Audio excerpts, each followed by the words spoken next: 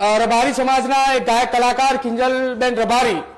કે જેઓએ આંતરજ્ઞાતીય લગ્ન કર્યા હોવાની વાત સામે આવી હતી અને આંતરજ્ઞાતીય લગ્ન જે છે તેમને કર્યા હતા એ અશોક ચૌધરી નામના શખ્સ જે છે તેમની સાથે તેમને લગ્ન કર્યા હતા અને લગ્ન થતાની સાથે જ એક વિવાદ અને એ વિરોધ ઉભો થયો હતો। કિંજલબેન રબારીની સામે એ આક્રમક અંદાજની અંદર વિરોધ જોવા મળ્યો હતો। સમાજના કેટલાક આગેવાનોના નિવેદનો પણ સામે આવ્યા હતા અને નિવેદનોની સાથે સાથે સમાજના યુવાનો પણ એ કિંજલબેનને ગોતવા માટે ઉત્તર ગુજરાતના ગામે ગામ ફરી રહ્યા હતા। જો કે ઠાકરસિંહ રબારી આ મામલે પહેલા જ દિવસે નિવેદન આપી દીધું હતું મોડી રાત્રે, જ્યારે ઠાકરસિંહ રબારીને સમાજના આગેવાનોના ફોન ચાલુ થયા હતા કે આપણા સમાજની દીકરી કિંજલબેને એ આંતરજ્ઞાતીય લગ્ન કર્યા છે અને એની વાત સાંભળતાની સાથે જ ઠાકરસિંહ રબારીએ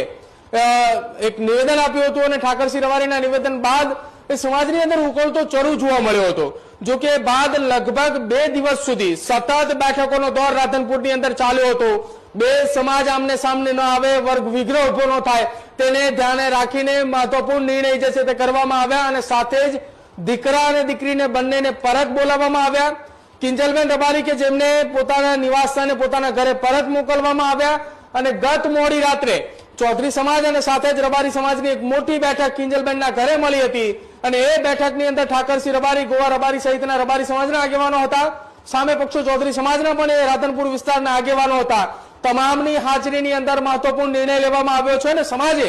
એક એકતાની જીત બતાવી છે। જો કે આખી આ ઘટનાને મામલે ઠાકરસિંહ રબારીએ ન્યૂઝરૂમ સાથે કરેલી એક્સક્લુઝિવ વાતચીતની અંદર તેમને પુષ્ટિ પણ કરી છે કે હા, સમાજની દીકરી એ સમાજની અંદર જ રહી છે, સમાજની અંદર એ રહી એટલે કે તેમને પરત એ પાછી આવી છે। જે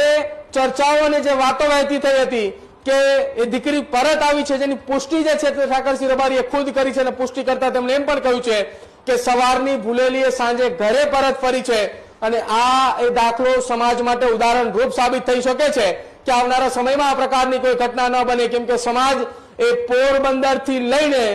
ઉત્તર ગુજરાત સુધી સમગ્ર ગુજરાતનો માલધારી સમાજ એક થયો હતો, એક મંચ ઉપર હતો। તેના કારણે જ આ જીત જે છે તે સમાજની થઈ છે અને આ ખૂબ મોટી જીત કહી શકાય સમાજની કે આ પ્રકારની ઘટનાને લઈને હવે સમાજની અન્ય દીકરીઓની માટે એક શીખ